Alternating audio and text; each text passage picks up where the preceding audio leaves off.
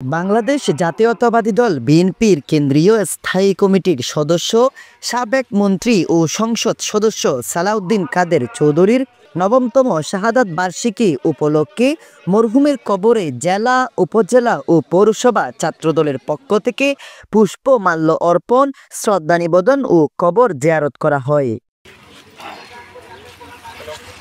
এ সময় উপস্থিত ছিলেন চট্টগ্রাম উত্তর জেলা ছাত্রদলের সহ সাধারণ সম্পাদক মোহাম্মদ আরিফুল ইসলাম, পৌরসভা ছাত্রদল নেতা মইনুল ইসলাম পিঙ্কু, সৈয়দ ফরহাদ হোসেন বাবু, জাবেদ কালাম জিকু, রবিউল হাসান রবি, সাইফুল ইসলাম, জাশেদুল আলম জাসু, ইমরানুল হক, Mohammad Roni, Abu Raihan, Imran Hossain Tutul, Mohammad Raihan, Mohammad Shahnawaz.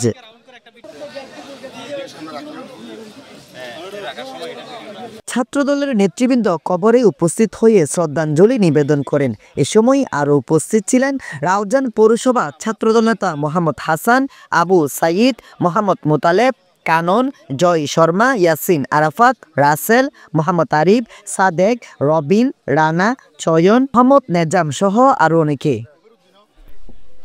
Desk news, smile TV, Raozan, Chittagong.